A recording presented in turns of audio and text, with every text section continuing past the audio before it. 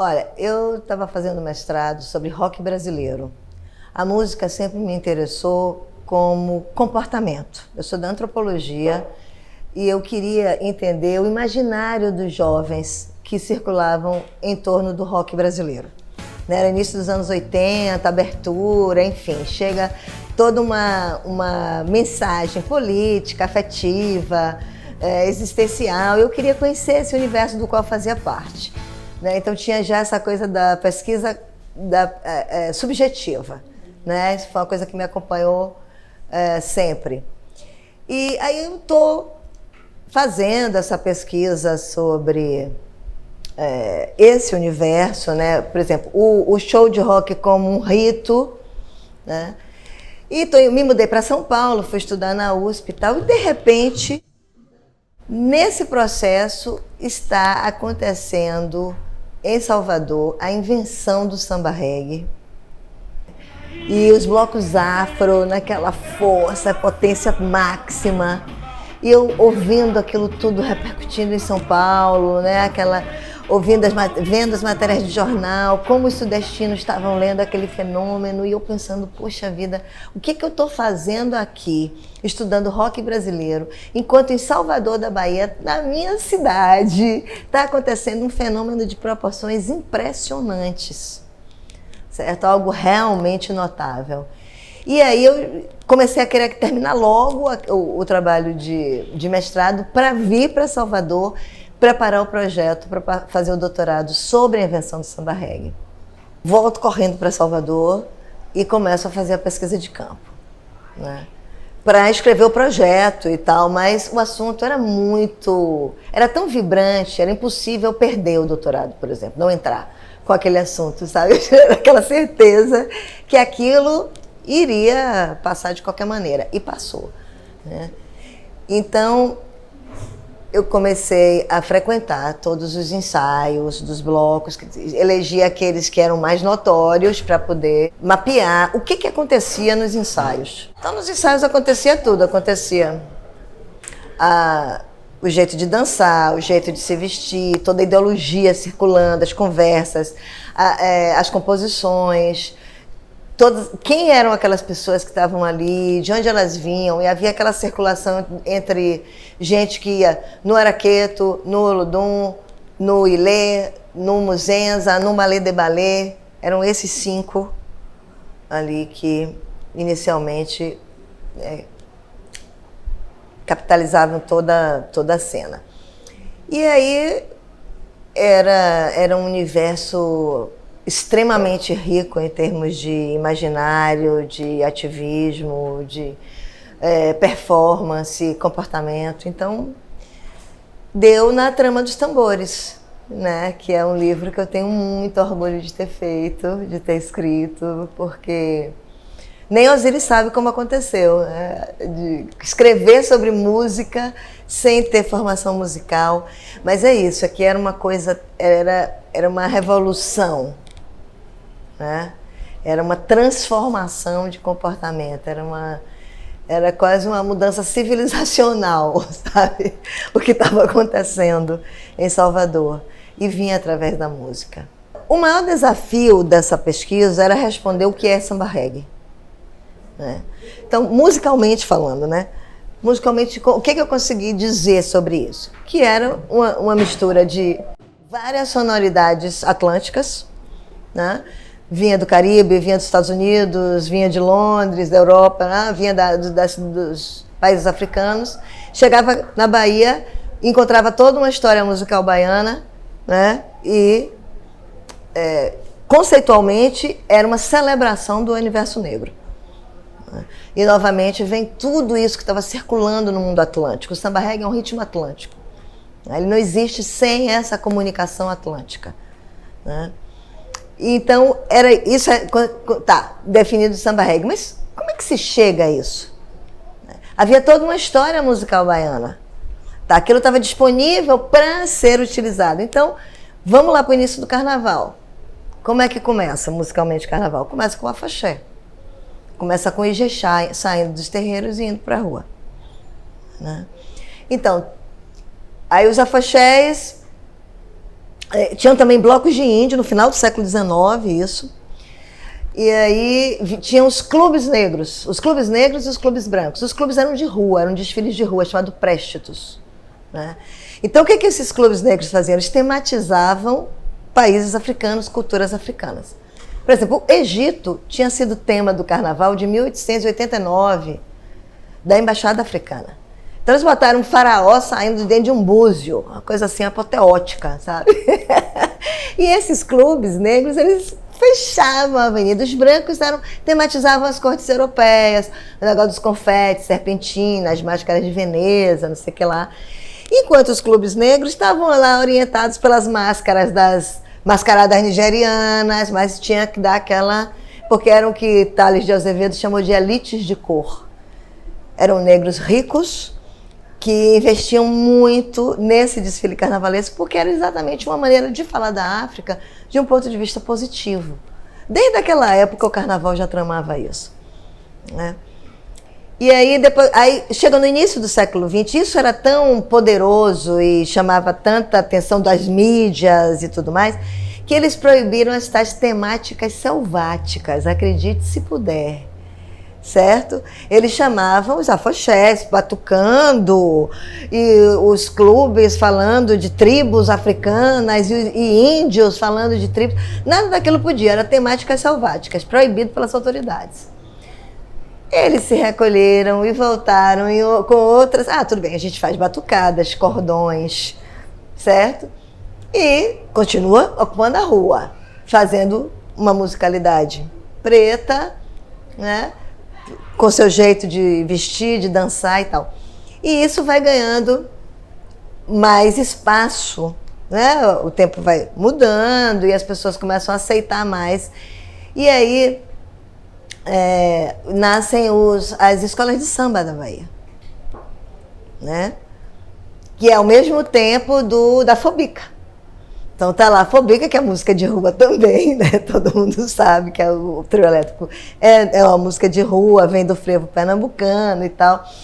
E aí vem as escolas de samba. Só que as escolas de samba da Bahia não conseguiam chegar aos pés das escolas de samba do Rio de Janeiro. Essa é uma realidade. Eu não deveria nem dizer isso. Porque não é o nosso código musical. Era tipo copiar um outro código que tinha sido inventado em outro lugar com outras referências. Então, não dura. E as escolas de samba vão se transformando em blocos de índio, que era aquele momento pré-afro que não se podia dizer eu sou negão. Então, era preciso... tudo bem, a gente é índio, a gente vai lutar contra os opressores. Tinha os filmes de faroeste na televisão direto, a Sessão da Tarde era filho de faroeste. Então, tanto que tem um monte de bloco de índio com nome americano, né? Apaches, Comanches e tal, mas tem também os índios brasileiros, né? Tupis e tal, enfim. Aí começou a loucura, eram 5 mil homens, só podia homem. 5 mil homens na rua com machadinha, índio que é apito, se não der o pau vai comer, né? Então, aí... proíbe, não pode, 5 mil não, 1.000 pessoas no máximo, não sei o que, não sei o que. E aí começa, a tensão racial começa mesmo na rua com... que tinha duas coisas. Primeiro, a tensão racial. Os blocos de Barão, né, dos anos 70, só branco, não sei o que, não sei o que. E os blocos de índio, só preto. E aí... E tinha ainda a questão de bairro. Né? Porque essas agremiações carnavalescas sempre tiveram ligadas a territórios. Né? Então você tem o seu bairro, a sua turma, e aí você encontra no outro bloco. Então tinha tensões dentro dos próprios blocos de índio, né? E contra os brancos. Então era dramático, o carnaval era bem hard. Né? E logo depois disso vem os blocos afro. 75, que é quando começa já modificando, né? A informação contracultural muito forte chegando, os Estados Unidos, Black Power, tarará, tarará. E aí formam os blocos afro, já afirmando essa negritude baiana e compondo, configurando uma musicalidade para afirmar que é o principal capital simbólico dos blocos afro, é o samba reggae. Né? O samba reggae ocupou todos os espaços naquela época. Né? No início dos anos 90, não havia outra musicalidade capaz de competir com o samba reggae. Então, digamos que era assim, era a carta marcada que o samba reggae subiria no trio elétrico dos brancos e dominaria a cena através de todo o acesso a estúdios de gravação que as bandas brancas tinham e que ainda não chegava para os blocos afro. Né? Mas quando chegou, os blocos afro também entraram neste mesmo circuito do grande mercado de shows, o mercado de shows de casadinha. Né? Se estabeleceu um modo de operar o mercado da música em Salvador. Então, vinha muitas vezes uma banda de fora, vinha uma banda Paralamas com Olodum, Harmonia do Samba com, sei lá, Nação Zumbi, não era isso, mas... né? Então, toda uma estrutura. Houve o momento de realmente a apropriação da música dos blocos afro foi quando as bandas de trio colocavam uma pessoa com gravadores dentro dos ensaios, né, para capturar a música e oferecer direto ao compositor, que naquele momento os blocos afro não tinham como remunerar o compositor que fazia pérolas, né? Como o chapista Luciano Gomes, que fez Faraó, era um chapista, né? Então, mas isso era um processo assim, geral dos blocos de trio, colocarem pessoas para gravar mesmo e comprar na mão dos compositores, e no outro dia já estava na rádio. E o bloco afro nem tinha tomado conhecimento do processo. Né? Então isso aí foi a coisa perversa mesmo, mas que levou os blocos afro, por exemplo, o Olodum proibia a entrada com gravador na quadra do Miguel Santana. Né? Houve toda havia uma consciência de que isso estava acontecendo e providências foram tomadas, mas isso não impediu que uma parte. Mas sim, tivemos Banda Mel, né? Tivemos Márcia Short, tivemos Luiz Caldas e tal.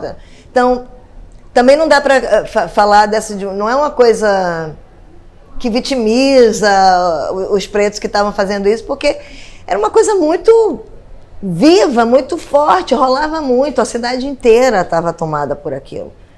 Né? E, entrando nos estúdios de gravação, quem que fez o samba reggae poder ser capturado dentro do estúdio de gravação? Foi Neguinho do Samba, que entra lá e ensina na WR como é que faz para capturar o som dos tambores. Onde é que bota o microfone em cada um dos 7 tipos de tambores do samba reggae. Né? Já tinha havido uma tentativa anterior com Gil e Liminha que não foi possível. Tentou captar acústico, não conseguiu. Não conseguiram. E olha que são músicos altamente experientes. Então, quem foi? O percussionista foi lá, o mestre do samba reggae, Neguinho do Samba, vai lá, ensina a capturar, separa as salas, bota tarol em uma, surdo em outra, marcação de uma, marcação de duas, certo? Repique, e aí captura, né, separadamente para conseguir chegar. E aí, pronto, aí é o que vai dar na World Music, né? Que aí já internacionalizou todo o processo e tudo mais. E o Olodum como grande, né, ponta de lança desse processo de internacionalização e de transformação de Salvador na capital afro, né, do Brasil. Em termos de comportamento na rua do carnaval, né, a gente viu, no decorrer dessa ascensão da Axé Music, uma camaratização do carnaval, total, né? Nossa, eram centenas, milhares de camarotes e tal. E a rua perdendo espaço com trios independentes, cada vez menos, tarará, tarará. O que aconteceu? O carnaval ficou chato. Certo? Eu não sei se eles começaram a reparar que caiu o número de pessoas que visitavam o carnaval. Sei que era preciso revitalizar o centro da cidade, né? E botar música boa, sem corda. A queda das cordas é uma coisa que só faz, né, levar mais gente à rua, com mais liberdade e tudo mais. Então, isso é uma mudança de comportamento, que as pessoas estão cada vez mais livres, saindo do cativeiro, de dentro dos camarotes, porque ficou assim, a rua ficou muito mais possível, né, para a gente estar, porque a gente também é muito exigente. Quem é pipoca é muito exigente, né? Quer música muito boa, quer estar ao lado de pessoas bem bacanas, que, né, um espaço seguro para estar, ou seja, estar com quem a gente quiser e tal. Então, e ser como a gente quiser. Então, eu acho que está evoluindo para essa coisa que o carnaval vem sendo cada vez mais, voltando cada vez mais para a rua de uma maneira livre. E os camarotes, eu acho legal que as pessoas que querem ficar nos camarotes, fiquem lá, presas lá, cativas, certo? E nós estamos na rua livres, dançando, fazendo o que a gente quer. O que mais chama atenção no carnaval, que hoje é muito evidente, mas que sempre foi muito presente, é o cosmopolitismo presente no carnaval. Então, musical, coreográfico, ideológico, né? Tem muitos matizes o carnaval. Então, foi isso que gerou o samba reggae. E hoje, o que é que eu vejo pensando hoje o samba reggae? O samba reggae é um clássico, certo? Então, as pessoas, não tem renovação. Tá, não tem renovação. A gente tem uma música clássica no Carnaval de Salvador, certo? E ninguém vai pedir, por exemplo, para um clássico da música erudita e tal, se transformar, inovar, não sei, sabe? Enfim, nós temos canções que realmente daqui a 1000 anos elas vão ser escutadas, entendeu? Então eu acho que isso é muito, muito importante que a gente tenha construído, né? E a Axé Music, que é a mistura do samba reggae com a música de trio elétrico, também vai pelo mesmo caminho, de se tornar um clássico. Porque vai em duas fontes. A Axé Music é uma música muito forte, porque ela mistura, olha que duas matrizes impressionantes. O samba reggae, que já é esse hibridismo de sonoridades transatlânticas, com o frevo baiano, que vai dar na música de trio. Então, você não tem como dar errado isso aí, né? E é algo que pode permanecer ad infinito. Então também a Axé Music vai se tornando um clássico do carnaval baiano, com músicas maravilhosas, né? Então, hoje, eu acho que a gente já está no ponto de falar sobre isso. Estamos falando de repertórios clássicos. E isso é magnífico, porque o carnaval é um momento fugaz, né? Ele é um tempo efêmero e, no entanto, ele é capaz de produzir lendas, né? Como Dodô e Osmar, como A Cor do Som, né? Como Novos Baianos, né? E podemos ver outras lendas nascendo, Baiana System, né? De pessoa fica transtornada diante daquele fenômeno musical, porque não é nem mais uma música, um estilo, uma banda, é um fenômeno, é uma catarse, é uma coisa, né? Como você também vê Igor Canário dominando um trio elétrico, e você vê o Campo Grande no estado, que tem 60 anos de carnaval, eu nunca vi o Campo Grande daquele jeito, a não ser com o Baiana System depois, certo? Mas essa coisa que vem uma música e vai e um carnaval e aquilo explosivo a ponto de ser um marco da história dos carnavais, mas depois desapareceu. Mas a gente está caminhando para ter esses repertórios que são de uma densidade, que são música popular brasileira da maior importância, né? Então isso me interessa de observar no carnaval. Essas continuidades, essas descontinuidades, né? E vendo que o carnaval é sempre esse berço. O carnaval é negro, nem precisa falar carnaval negro, porque o carnaval é negro. Então, é esse berço que produz, que gesta esses pilares da nossa cultura, pilares da cultura baiana, nascem no berço carnaval. Então, só alegria.